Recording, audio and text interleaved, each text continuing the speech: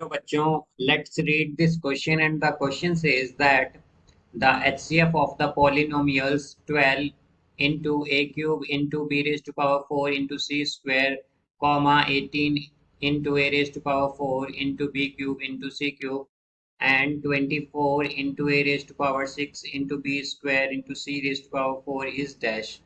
Now let's see the options. Option A, 12 into a cube into b square into c square. Option B, 6 into a raised to power 6 into b raised to power 4 into c raised to power 4. Option C, 6 into a cube into b square into c square. And option D, 48 into a raised to power 6 into b raised to power 4 into c raised to power 4.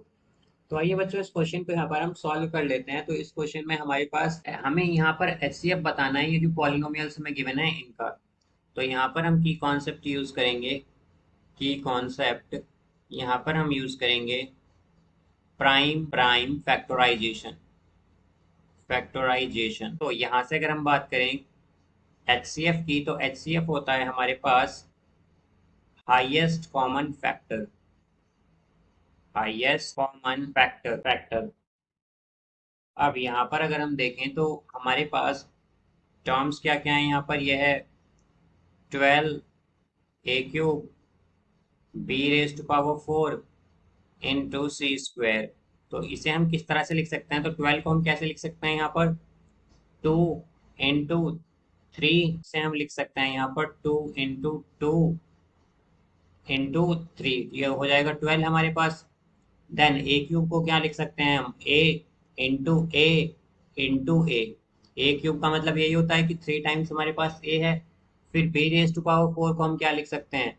B into B into B into B. B raise to power 4 का मतलब यही होता है कि B हमारे पास कितने times है? 4 times. सी square, तो सी स्क्वायर का मतलब है कि सी हमारे पास 2 टाइम्स है। ये हमारे पास क्या आ गया यहाँ पर? एक पॉलिनोमियल। अब अगर सेकंड पॉलिनोमियल देखें तो वो है हमारे पास 18 a raised to power 4 into b cube into c cube। तो इसे हम किस तरह से लिखेंगे? 18 क्या होता है हमारे पास? ये होता है 2 इंटू 3 इंटू 3। अब यहाँ से अगर हम देखें तो a रेज टू पावर 4 क्या होगा? a मतलब इसका 4 टाइम्स है हमारे पास यहाँ पर। तो ये आएगा a into a into a into a। Then b cube का क्या मतलब होता है कि b हमारे पास 3 टाइम्स है, यानी 3 टाइम्स है।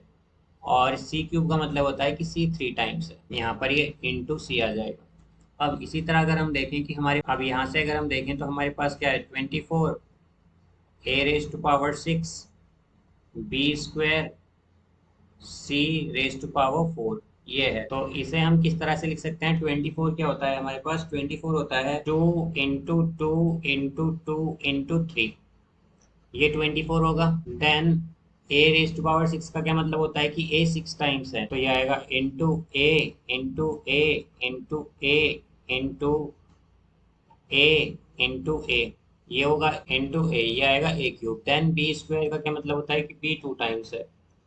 फिर आएगा सी रेज टू पावर 4, तो मतलब सी 4 टाइम्स है। तो 1 2 3 4। अब हमें बताना है एचसीएफ। तो एचसीएफ का मतलब होता है इन सब में हाईएस्ट कॉमन फैक्टर क्या है। तो एचसीएफ क्या हो जाएगा यहाँ पर?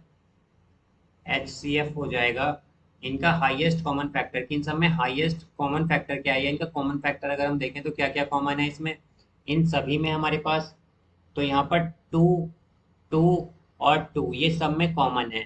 एक एक 2 तो मिनिमम सब में है यहाँ पर। तो हम क्या लिख सकते हैं? 2 इंटू, अब यहाँ पर अगर हम देखें तो इसके बाद हमारे पास जो 2 है वो यहाँ पर 18 A raise to power 4 into B cube into C cube में केवल एक ही बार आया है। तो ए क्यूब हम केवल ए, ये 2 जो है वो केवल हम एक ही बार लेंगे, बिकॉज इसमें दोबारा 2 रिपीट नहीं हुआ है।